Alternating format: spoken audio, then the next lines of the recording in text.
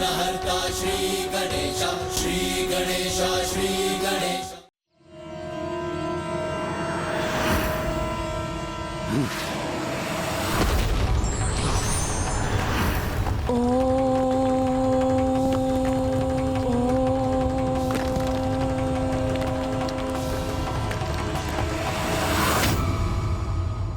विश्वास नहीं होता, मेरा ये प्रयास विफल कैसे हो गया।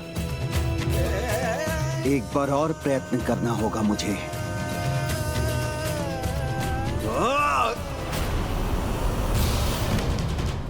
सूर्यास्त हो गया।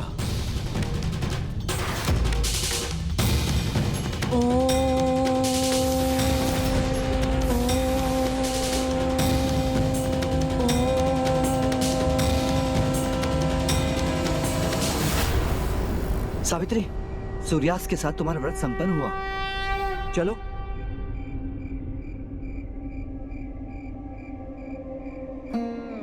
स्वामी। सावित्री, सावित्री, सावित्री, तुम यहीं विश्राम करो। स्वामी। सावित्री, तुम्हें ऐसी अवस्था में देखना मेरे लिए आसान ही है।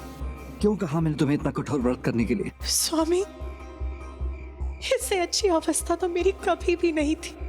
आप चिंता मत कीजिए, आप तो बस मुझे आशीर्वाद दीजिए स्वामी कि जिस कामना के साथ मैंने ये व्रत किया है वो पूर्ण हो जाए, मुझे इस व्रत का सुफल प्राप्त हो जाए स्वामी। सावित्री, मेरी शुभकामनाएं सदा तुम्हारे साथ है। ऐसी भक्ति और निष्ठा का मान तो माँ भी अवश्य रखेंगी। वो तुम्हें आशीष अवश्य देंगी। तुम्हारी सारी कामनाएं अवश्य पूरी होंगी। कोई चाहकर भी नहीं रोक सकता। तुम जो चाहोगी होगा सावित्री। अपने स्वामी के जीवन के लिए इन्होंने इतना कठोर व्रत किया और उन्हें ही ज्ञात नहीं। देवी सावित्री, मैं तो आपको आपका व्रत करने से नहीं रोक सका, किंतु ये भी सत्य है, आयु सभी की समाप्त होती है। तृष्णा एक ऐसी इच्छा है जो प्रतिदिन बढ़ती है, किंतु विधि का विधान ही है जो सदा एक समान है। और कल वही होगा जो विधि का विधान है। ये व्रत तो धर्म के पथ पर देवी सावित्री का एक छोटा सा भाग था। उनकी धर्म निष्ठा और उनके आत्मविश्वास का वास्तविक चमत्कार तो अभी होना शेष था। माँ, आपको कोटि कोटि धन्यवाद। आप ही की कृपा से मैं अपने 3 दिन का व्रत संपन्न कर सकी।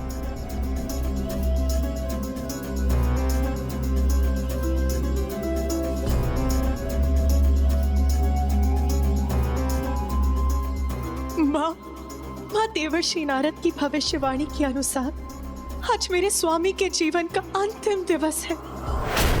इस अनर्थ को टालने के लिए मैंने अपने व्रत का पहला पड़ाव पार कर लिया है माँ।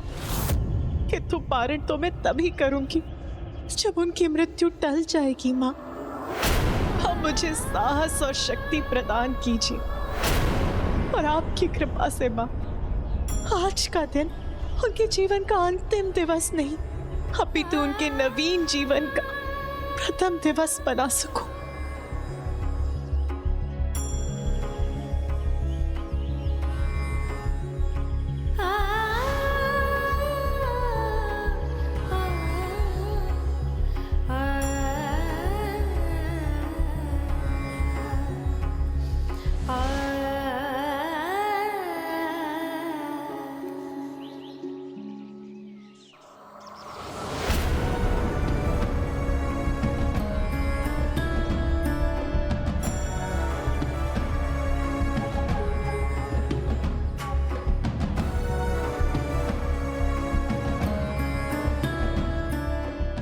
सावित्री,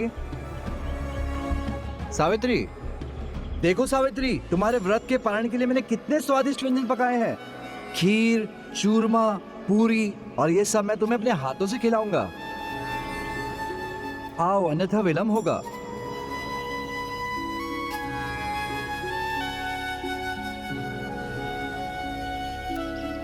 क्षमा कीजिए स्वामी, मैं अभी पारण नहीं कर सकती। क्यों? क्यों नहीं खा सकती? तुमने ही तो कहा था कि व्रत के चौथे दिन तुम पारण से अपना व्रत संपन्न करोगी। देखो अब समय आ गया है, आज चौथा दिन है, तुम 3 दिन से भूखी हो, तुमने कुछ नहीं खाया, तो भीतर शक्ति कैसे आएगी? मैं 3 पहर कुछ ना खाऊं ना तो मरणासन हो जाता हूँ। स्वामी क्यों अशुभ बातें कर रहे हैं? शुभ शुभ बोलिए स्वामी, मैं ऐसा कभी नहीं होने दूंगी। मुझे मेरा संकल्प, मेरा प्रण ज्ञात है। आज सूर्यास्त के बाद, पति पूजन के बाद ही मैं अपना पारण करूंगी। अभी मुझे क्षमा कीजिए। किंतु देवी, तुमने तो कहा। यदि आप बार बार मनोहर करेंगे तो मैं आपको नकार नहीं सकूंगी स्वामी, किंतु तब मेरा 3 दिन का व्रत व्यर्थ चला जाएगा।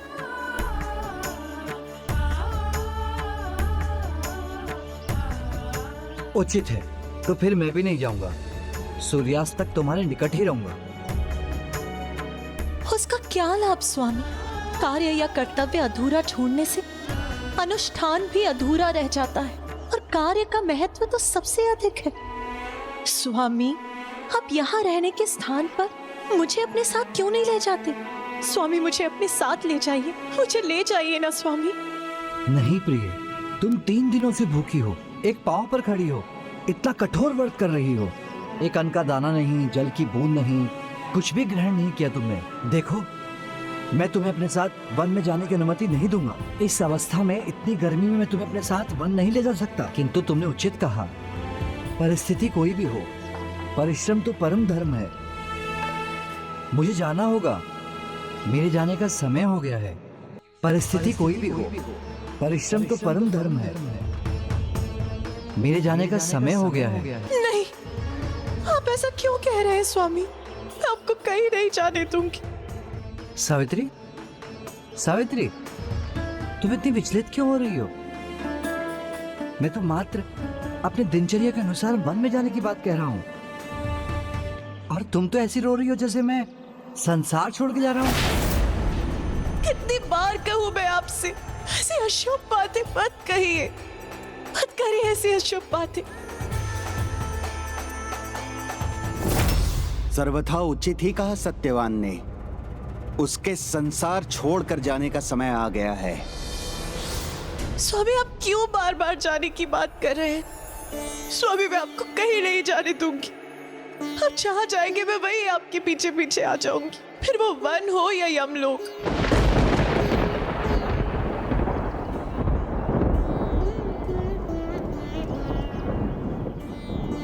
प्रिय, मुझे क्षमा कर दो, मेरे शब्दों ने आपको बहुत आहत किया।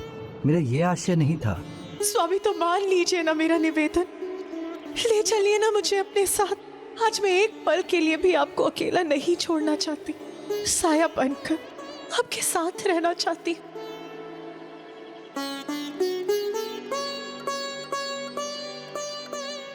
पुत्र, सावित्री की अगर इतनी प्रबल इच्छा है तो उसको अपने साथ लेकर जाओ।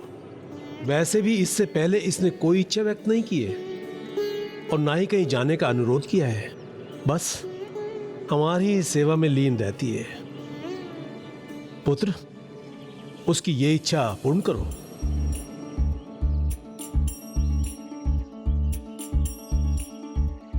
हाँ पुत्र, नारी के मन की था पाना अत्यंत कठिन है। वो जो कहती है या करती है, उसके पीछे कोई ना कोई बड़ा कारण अवश्य होता है। इसलिए तुम सावित्री पुत्री को भी अपने साथ ले जाओ।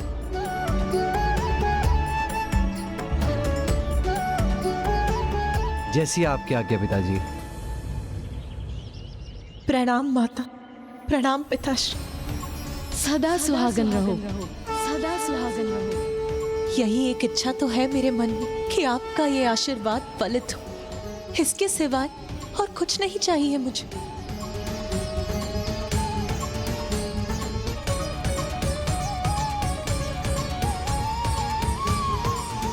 चलो।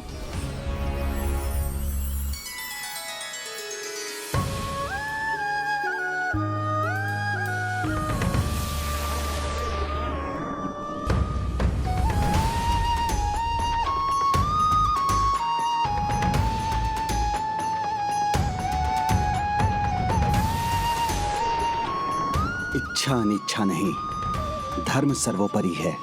मैं अपना धर्म, अपना दायित्व अवश्य निभाऊंगा।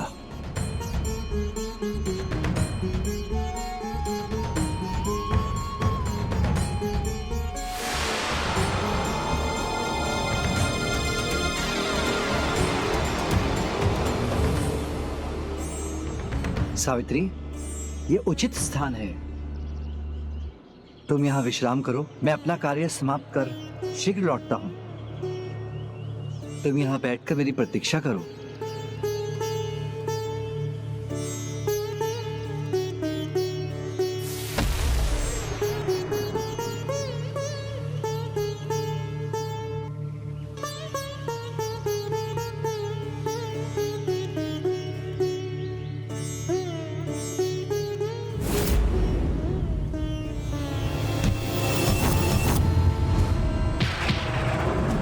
स्वामी,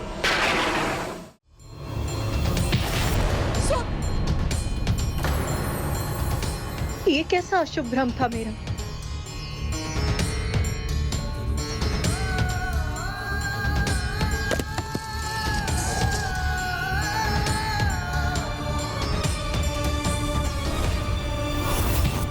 स्वामी, स्वामी,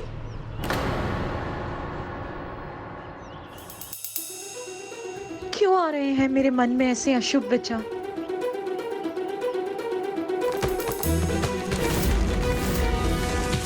नहीं,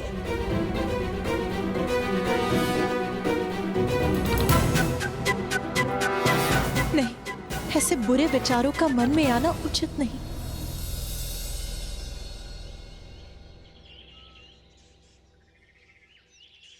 जाओ, जाओ। यहाँ तो आगे कुआं, पीछे खाई है। यमदेव के आदेश का पालन तो करना ही होगा, किंतु इन देवी के निकट जाने में भी संकट है।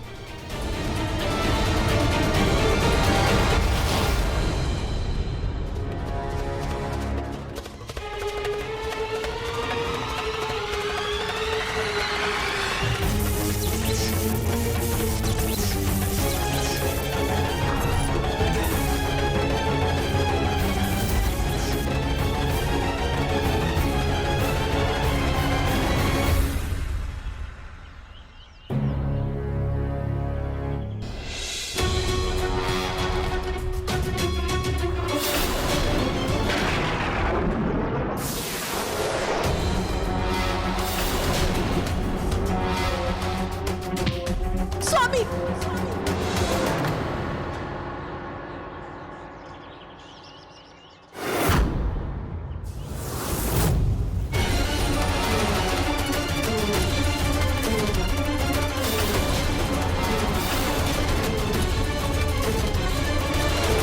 क्या हो सावित्री? स्वामी, स्वामी, आगे एक विषैला कंटक है, सावधानी से चलिए स्वामी, अभी चुप जाता आपको। सावित्री, ये कोई विषैला सर्प नहीं है, मात्र एक कांटा है। कि तुम इस वन में मैं बाल्यावस्था से आता हूँ, तो इन कंटकों का आभास है मुझे। तुम चिंता मत करो सावित्री, मैं शीघ्र लौटता हूँ।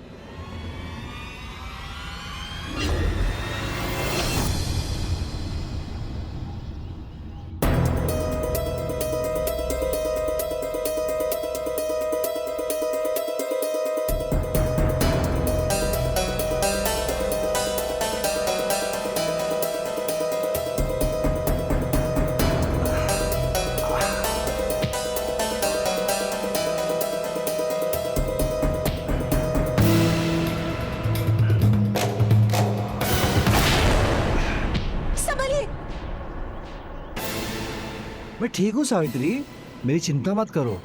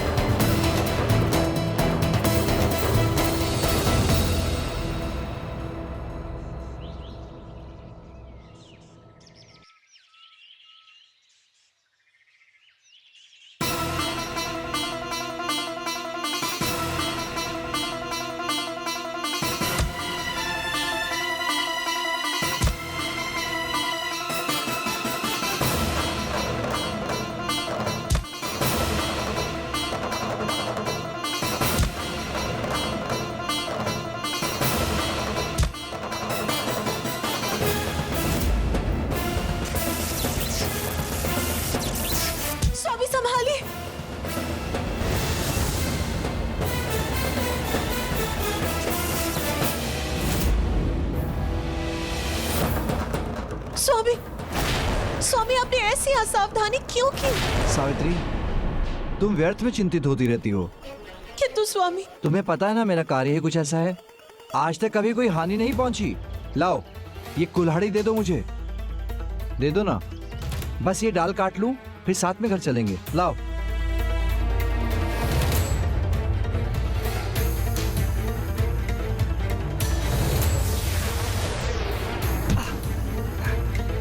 धन्यवाद।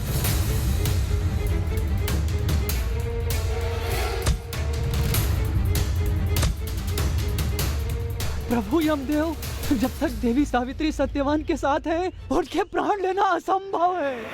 तुमने उचित ही कहा। जब तक पति धर्मपरायणा नारी अपने पति के साथ है, हम उसके पति के प्राण नहीं ले सकते। देवी सावित्री को सत्यवान से दूर करना ही होगा।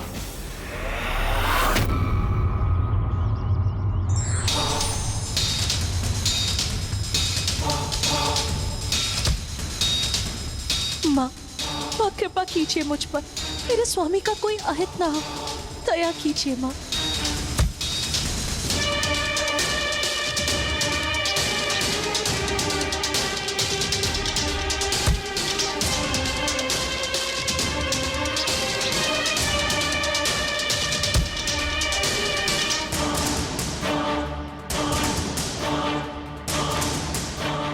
पानी।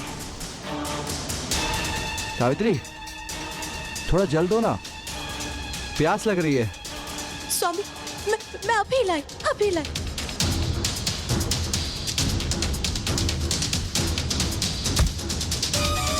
यही उचित अवसर है।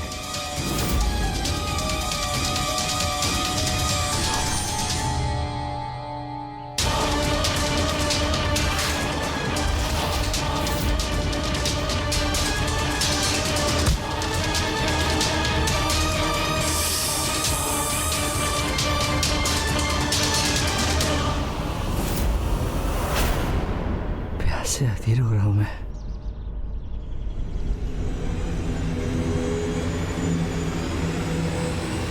स्वामी,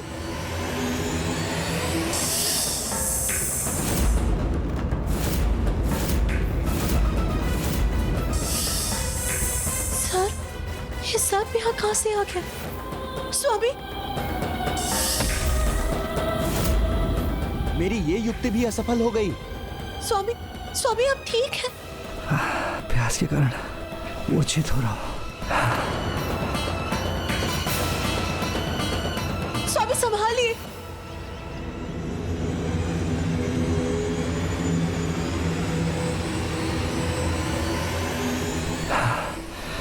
जल, जल, जल। स्वामी, नहीं, स्वामी, स्वामी, स्वामी, स्वामी, स्वामी, स्वामी, स्वामी, क्या हो गया आपको? स्वामी, सावित्री, ये कैसी प्यास है? मेरे प्राण सूख रहे हैं। सावित्री, स्वामी, सावित्री। स्वामी, कुछ नहीं होगा आपको। मैं हूँ आपके पास, मैं आपको कुछ नहीं होने दूंगी। स्वामी, स्वामी, सावित्री, स्वामी, विश्वास रखिए स्वामी, मेरे होते आपको कोई अहित नहीं कर सकता। स्वामी, स्वामी, सावित्री, चल। स्वामी, सावित्री, हाँ स्वामी, मैं अभी चलाती हूँ, मैं चलाती हूँ। सावित्री, आपको कुछ नहीं होगा। सावित्री, चल। हाँ।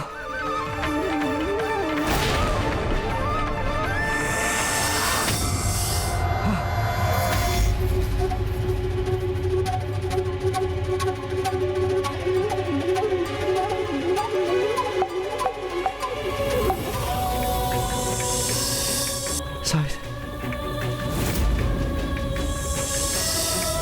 हाँ।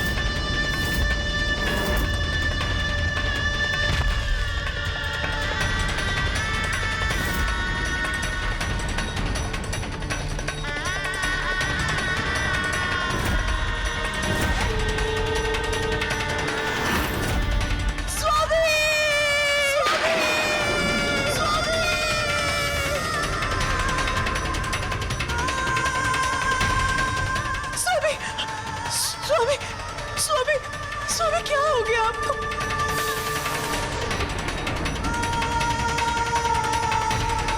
ये नहीं हो सकता। ये कैसे हो गया माँ? ये कैसे होने दिया आपने? स्वामी नेत्र खोलिए स्वामी, खोलिए नेत्र स्वामी, उठिए स्वामी, उठिए उठिए स्वामी, स्वामी। मुझे क्षमा करना देवी। आपके अद्भुत पति धर्म परायणता का साक्षी बनने पर भी मुझे अपना कर्तव्य तो निभाना ही था।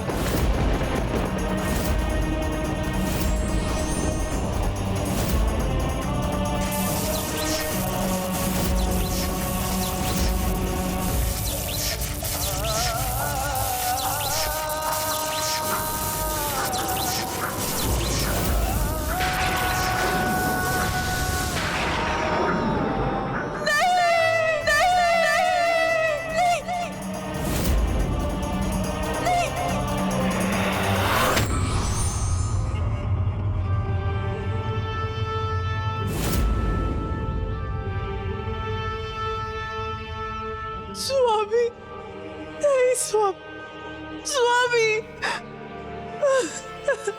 ये कैसे हो गया स्वामी? मैं तो यही थी, पर आपके प्राण कैसे चले गए?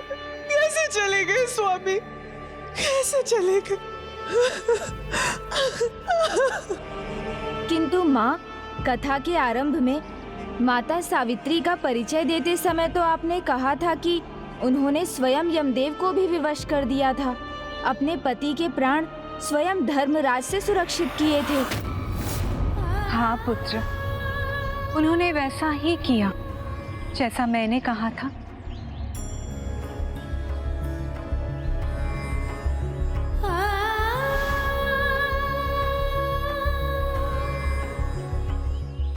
यदि मेरे कर्म अच्छे होंगे तो वो मुझे अवश्य मिलेगा जिसके मैं योग्य हूँ। मैं आपको वचन देता हूँ, आपकी पुत्री को कोई भी कमी नहीं होने दूंगा। और यदि इनके भाग्य में राज्य योग होगा तो इन्हें अवश्य मिलेगा।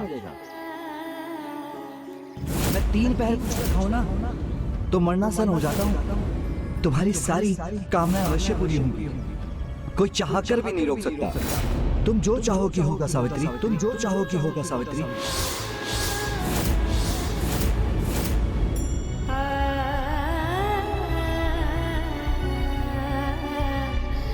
आप जहाँ जाएंगे मैं वही आपके पीछे पीछे आ जाऊंगी।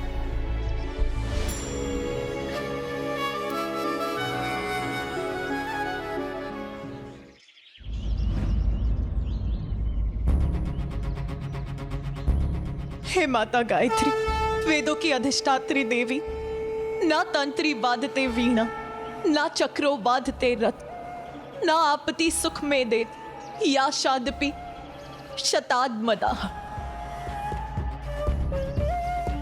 अर्थात जैसे वीणा तारों के बिना बजाई नहीं जा सकती, बिना पहिए का रथ नहीं हो सकता, वैसे ही एक स्त्री बिना पति के सुख नहीं पाती, चाहे वो 100 पुत्रों वाली ही क्यों ना हो माता। आज मेरे धर्म, मेरे कर्म और मेरे पति के प्रति मेरे प्रेम, मेरी आस्था की परीक्षा है माता। यदि मेरा पति धर्म परायणता सच्ची है तो मुझे गति की शक्ति दीजिए कि यमदेव मेरे पति के प्राण मुझसे दूर नहीं ले जा सके माता।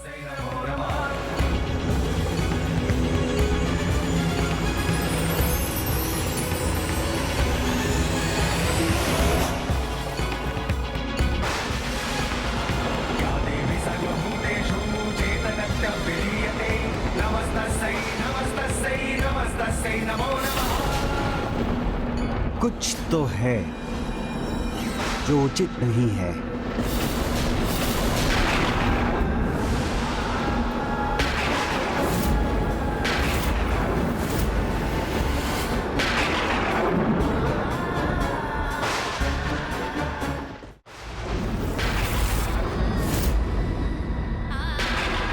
लौट जाइए देवी, आप इस प्रकार यमलोक नहीं आ सकती। लौट जाइए और अपने पति के दाह संस्कार की तैयारी कीजिए। हे धर्मराज, हे यमराज, यदि आप मेरे स्वामी के प्राण ले जाएंगे तो आपको मेरे भी प्राण ले जाने होंगे। यदि दाह संस्कार होगा तो हम दोनों का होगा, अन्यथा नहीं होगा। नैनम छिंदन्ति शस्त्राणि नैनम दहति पावक ना चैनम क्लेदयन्त्यापो ना शोषयति मारुतः। अर्थात आत्मा तो अजर अमर है, ना इसे शस्त्र काट सकते हैं, ना अग्नि जला सकती है, ना ही जल इसे गला सकता है, ना ही वायु इसे सुखा सकती है। तो पुत्री, तुम मात्र नश्वर देह के लिए व्यर्थ विलाप कर रही हो। नहीं पुत्री, मुझे मत रोको, मैं तो मात्र अपना धर्म निभा रहा हूं। साध्वी नाम तु सता नाम तु शिले सते श्रुते सिते श्री राम पवित्रम परम पति एको विशेष्यते। अर्थात सदाचार, सत, ज्ञान और मर्यादा में रहने वाले साधु और पति धर्म परायणता स्वभाव की स्त्रियों के लिए उनके पति ही पवित्र और परम विशिष्ट होते हैं। उनके बिना वो अपने जीवन की कल्पना भी नहीं कर सकती। इसीलिए यदि स्वामी जीवित नहीं है तो फिर मेरे जीवन का भी क्या लाभ। प्रकृति तो ईश्वर के अधीन है, वो समस्त जीवों को उनके कर्म के अनुसार बार बार नवीन जीवन देती है। यदि प्राणी का एक जीवन समाप्त नहीं होगा तो उसे नया जीवन कैसे प्राप्त होगा? उसे अपने पूर्व जन्म के कर्म को सुधारने का अवसर कैसे मिलेगा? यही नियति है और यही मेरा कर्तव्य। तो फिर उचित है आप अपने धर्म का पालन कीजिए और मैं अपने पति के प्राणों के साथ जाकर अपने धर्म का पालन करूंगी। हट करने से तुम्हारी इच्छा पूर्ण नहीं हो जाएगी देवी। आगे परलोक की नदी वैतरणी है, उसे कोई भी मनुष्य सदेह पार नहीं कर सकता। उसमें प्रवेश किया तो वहीं रह जाओगी।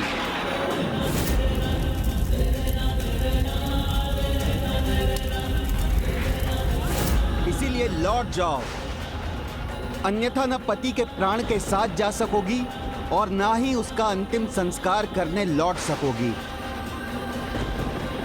ये तो यमराज ने उचित ही कहा है माँ। कोई भी जीव देह के साथ वैतरणी को पार नहीं कर सकता। फिर माता सावित्री ने अपने पति के प्राण कैसे लौटाए? अपनी दृढ़ इच्छा शक्ति से पुत्र। जब व्यक्ति आत्मा को भुलाकर शरीर का दास हो जाता है तो वहाँ आत्मा गौण हो जाती है, किंतु जब किसी की आत्मा देह के बंधनों को भुला दे तो वो शरीर भी आत्मा समान दिव्य हो जाता है पुत्र। नारायण नारायण। हे गायत्री माता, कुछ कीजिए अन्यथा अनर्थ हो जाएगा। क्या हुआ देवर्षि नारद, किस अनर्थ की बात कर रहे हैं आप? माँ, इस पुत्री को मैंने ही नाम दिया हो, उसी को वैतरणी में उलझा हुआ कैसे देख सकता हूँ माँ? रोक लीजिए। पतिव्रता साध्वी सावित्री और यमराज के मध्य इस वाद विवाद को रोक लीजिए माँ।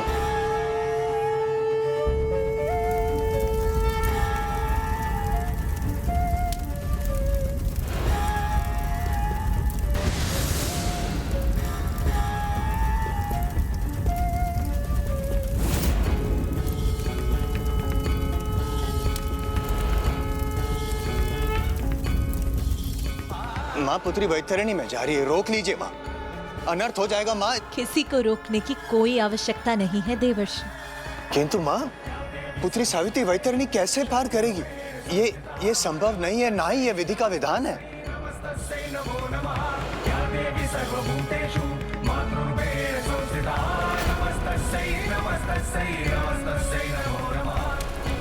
कदाचित वो वैतरणी में नहीं उतरेगी, उसके पहले ही रुक जाएगी।